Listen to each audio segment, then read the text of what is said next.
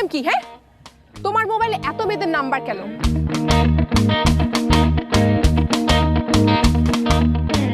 হ্যাঁ, আমি সিরিয়াস, আমি তোমার সাথে থাকবো না। Thank you. আসসালামু আলাইকুম আপা।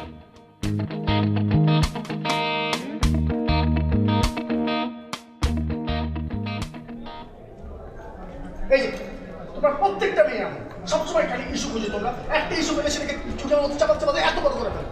আরে বাবারে বাবা, সবাই মানে তোমাদের না, এই মেয়েদের একটা প্রবলেম খোঁজার একটা অভ্যাস, এই অভ্যাসটা একটা জাতীয় প্রবলেম তোমাদের সবার।